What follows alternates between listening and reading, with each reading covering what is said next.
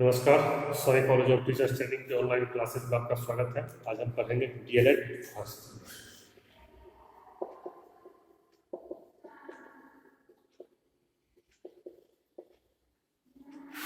DElEd first year जिसका कि subject code है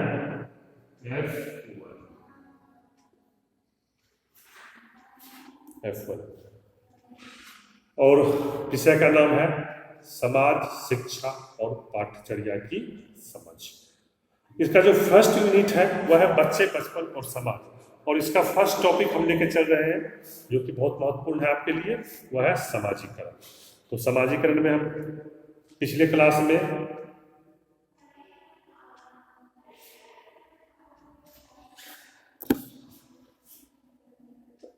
समाजीकरण की प्रक्रिया में शिक्षक के कार्य को पढ़े थे। आज हम पढ़ेंगे कि बालक के समाजीकरण में विद्यालय का महत्व। बालक के समाजीकरण में विद्यालय का महत्व। देखिए, विद्यालय का समाजीकरण के महत्व पर एस बालकृष्णन जोशी ने लिखा है। इसमें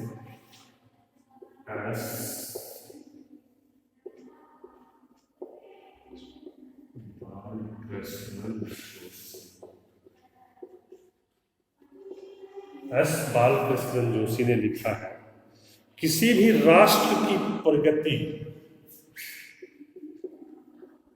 किसी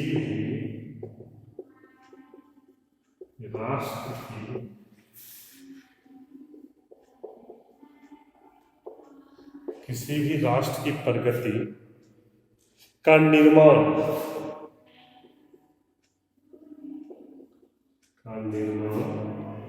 विधानसभाओं,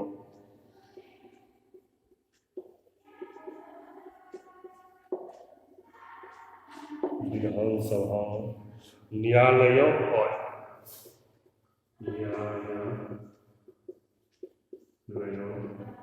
एवं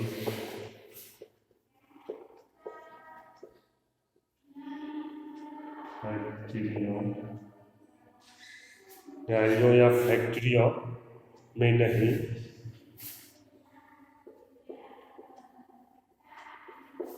बनते।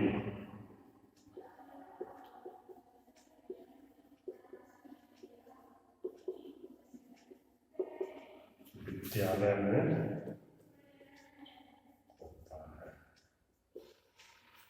देखिए, बालक के समाजीकरण में विद्यालय का कितना महत्व है या विकास में ही राष्ट्र कि एस बालकृष्णन जोशी ने कहा, किसी राष्ट्र की प्रगति का निर्माण विधानसभा या इससे हम फिर संसद के रूप में मान सकते हैं या संसद भी कर सकते हैं। संसद भवन जो है, न्यायालय या फैक्ट्री में नहीं होगा।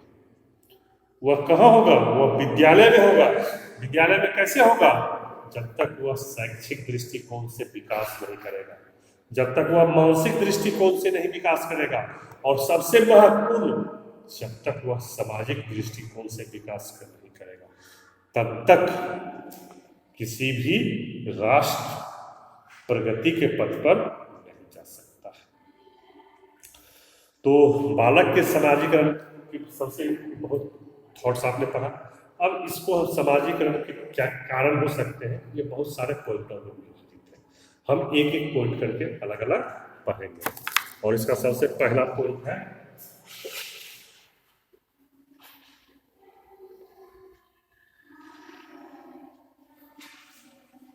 जीवन की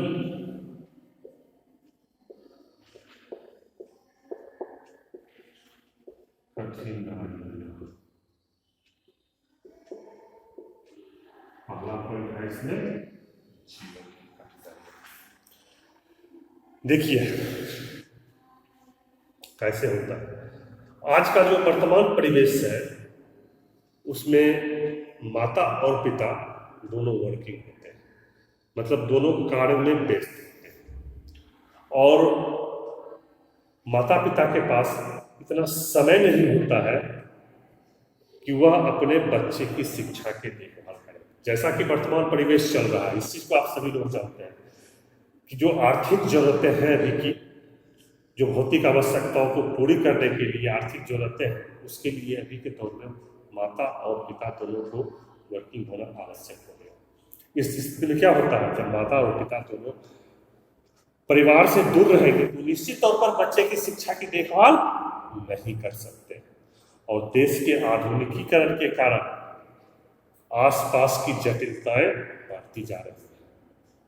क्या बढ़ती जा रही है? उनकी आवश्यकताएं बढ़ती जा रही है। पहले लोगों की अगर आमदनी कम थी तो आवश्यकताएं कम थी, अभी आमदनी बढ़ी है तो धीरे धीरे आवश्यकताएं बढ़ रही है और ये जीवन की जटिलता बढ़ा रही है। इसलिए माता पिता ने बच्चों की शिक्षा का कार्यभार विद्यालय को सौंप दिया है, जहां बालक की शिक्षा के साथ साथ बालक का समाजीकरण का भी विकास होता है। ये था आपका पहला पॉइंट। दूसरा पॉइंट है विद्यालय शिक्षा का उत्तम साधन।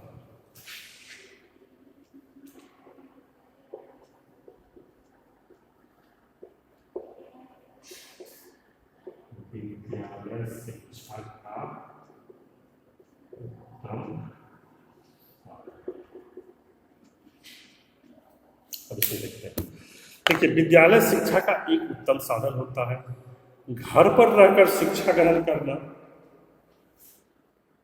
बहुत मुश्किल है, या घर पर रहकर के जब बालक शिक्षा ग्रहण करेगा तो वह अंतर्मुखी प्रवृत्ति का होगा। अंतर्मुखी प्रवृत्ति मतलब सिर्फ वह जो पढ़ेगा वही जानेगा, लेकिन जब वह कक्षा में पहुंचेगा तो बहुत सारे छात्रों से वह मिलेगा, उनसे वाद विवाद करेगा अपने विषयों पर, उनके गुणों का वह आदान प्रदान करेगा। लेकिन घर पर रह के अगर वह शिक्षा प्रदान करेगा तो जो वह अकेले में है उतना ही रख जाएगा, दूसरे के किसी गुण का उसमें समावेश नहीं हो सकता है। जबकि विद्यालय में क्या है, विभिन्न जाति धर्म संस्कार के लोग से वह मिलता है तथा उससे वह सीखता भी है। मतलब सारे सभ्यता और संस्कृति का उसे ज्ञान होता है, जबकि घरों में यह ज्ञान संभव नहीं है। यदि बालक को समाज के उचित रीति रिवाज, शिष्टाचार, संस्कार से हमें अवगत कराना है तो बालक को हमें विद्यालय भेजना ही पड़ेगा, तभी उसका सर्वांगीण विकास संभव है। घर पर हम कितना भी बालक को शिक्षा दे देते हैं, लेकिन बालक का सर्वांगीण विकास नहीं हो सकता है। बालक का सर्वांगीण विकास कौन करेगा? वह विद्यालय ही कर सकता है, जहाँ की विभिन्न परिवेश से आए हुए बालक एक साथ मिलजुल करके शिक्षा ग्रहण करते हैं। ऐसे बालक आते हैं जिनके रीति रिवाज अलग है, परंपरा अलग है, धर्म अलग है, मान्यता अलग है, आदर्श अलग है, संस्कार अलग है, और वहाँ सभी बालकों में वह सामंजस्य बढ़ाता है और गुणों का आदान प्रदान करता है, जिससे वह अंतर्मुखी के जगह बहुमुखी प्रतिभा का हो जाता है।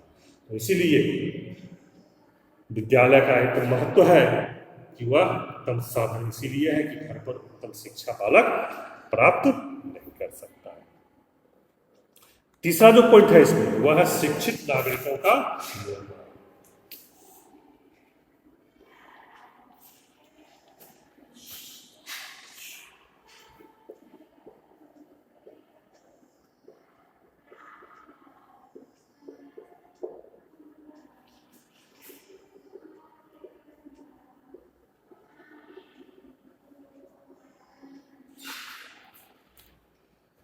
देखिए, जनतांत्रिक जो हमारे भारतीय उसको समाज है वो जनतांत्रिक है, या फिर उसको लोकतांत्रिक भी कर सकते हैं। कि लोकतांत्रिक समाज में विद्यालय के माध्यम से छात्रों को अपने कर्तव्यों तथा अधिकारों का ज्ञान होता है। अब देखिए, हमारे संविधान ने सभी नागरिकों को कुछ मूल अधिकार दिया है, आप लोग जानते ही होंगे भारतीय संविधान द्वारा मूल अधिकार। तो उन अधिकारों को बालक कहाँ जानेगा? विद्यालय जाएगा, वहां उसे बताया जाएगा, तो वो अपने मूल अधिकारों को जानेगा और उसके उपयोग को करना भी सीखेगा। अगर हम घर पर उसे मूल अधिकार बता ही देंगे लेकिन उसका उपयोग करने का उसे तरीका भी नहीं आएगा, तो वो अपने मूल अधिकार उसके लिए किसी काम का नहीं रह पाएगा। तो इसके साथ साथ संविधान द्वारा कुछ मूल कर्तव्य भी बताया गया है। आप जानते होंगे कि मूल अधिकार भी दिया गया है और मूल कर्तव्य भी दिया गया है। इन दोनों को वह जानने का काम और प्रयोग में लाने का काम वह कहाँ करेगा? विद्यालय में करेगा। इससे बालकों के बीच प्रेम, सहनशीलता, सहयोग, अनुशासन, उत्तरदायित्व अनेक गुण का विकास होगा। क्यों विकास होगा? कि मूल अधिकारों के साथ साथ वो मूल कर्तव्यों को भी जानेगा कि भारतीय संविधान ने हमें, इस लोकतांत्रिक देश ने हमें क्या क्या अधिकार के साथ साथ क्या कर्तव्य भी दिया है और उसे कैसे हमें निर्वहन करना है। इसके जब वैसा वो व्यवहार करेगा, उसका निर्वहन करने का प्रयास करेगा, तो छात्रों में प्रेम, सहनशीलता, सहयोग, अनुशासन, उत्तरदायित्व जैसे अनेक गुण विकसित होंगे। और इन गुण से जब बालक सुसज्जित होगा तब वह एक राष्ट्र का सुयोग्य नागरिक बनेगा। तो इसीलिए अगर उत्तम नागरिक का निर्माण करना है तो उसे विद्यालय भेजना ही पड़ेगा, तभी उत्तम नागरिक का निर्माण होगा और उसका समाजीकरण की प्रक्रिया। अगर इसका अगला पॉइंट जो है वह है बहुमुखी चेतना का विकास।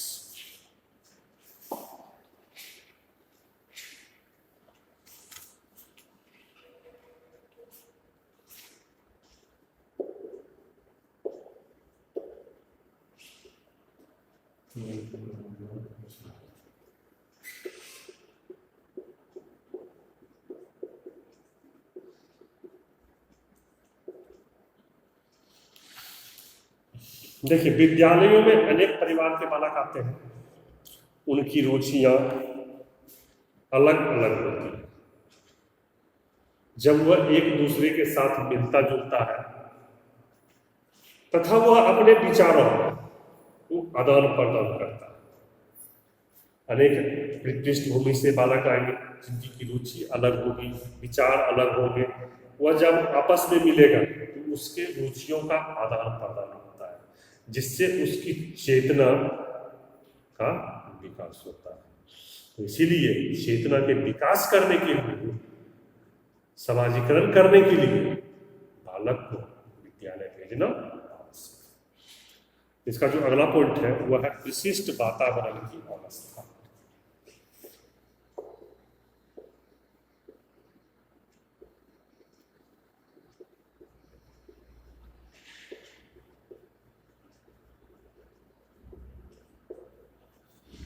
देखिए, विद्यालय छात्रों को एक विशिष्ट वातावरण प्रदान करता है।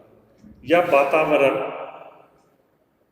शुद्ध, सरल तथा सुव्यवस्थित बनाकर बालकों को शिक्षा देने का उचित स्थान है। यह छात्रों की प्रगति और स्वस्थ तथा शिक्षा पर प्रभाव डालता है। कैसा वह वातावरण बनाया जाता है? एक शैक्षिक माहौल बनाया जाता है, सभी को अनुशासन में रहना है, जो समय सारणी है उसका सबको पालन करना है। तो ये विशिष्ट वातावरण हुआ। ऐसा विशिष्ट वातावरण घर पे रहना मुश्किल हो जाता है, जो कि विद्यालय में रखा जाता है।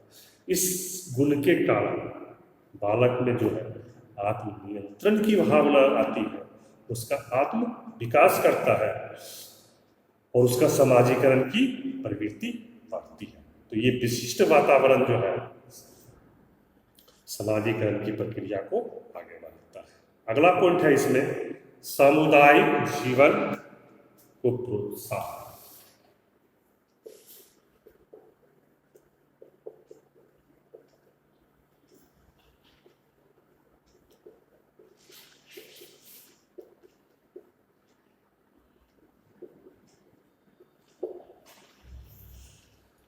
देखिए, विद्यालय एक सामाजिक संस्था है। सभी लोग जानते हैं कि सामाजिक संस्था है, वहाँ कोई भी जाकर के शिक्षा ग्रहण कर सकता है। तथा शिक्षा एक सामाजिक प्रक्रिया है। सामाजिक प्रक्रिया से मतलब है शिक्षा समाज में रहते हुए प्राप्त की जाती है। अकेले करना, शिक्षा प्राप्त करना बहुत ही मुश्किल कार्य है। अतः यह दोनों सामाजिक विकास तथा सामुदायिक जीवन विकसित करने में सहयोग प्रदान करते हैं। सामाजिक विकास से सामाजिक गुण विकसित होंगे।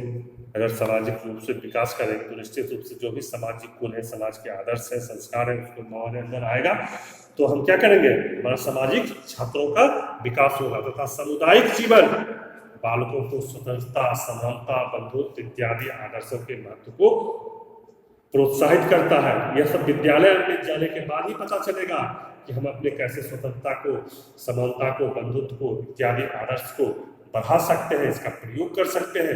यह सब हमें विद्यालय में जाने के उपरांत ही प्राप्त होता है और इन सब गुणों के कारण समाजीकरण की प्रवृत्ति बढ़ती है, बालक का समाजीकरण होता है।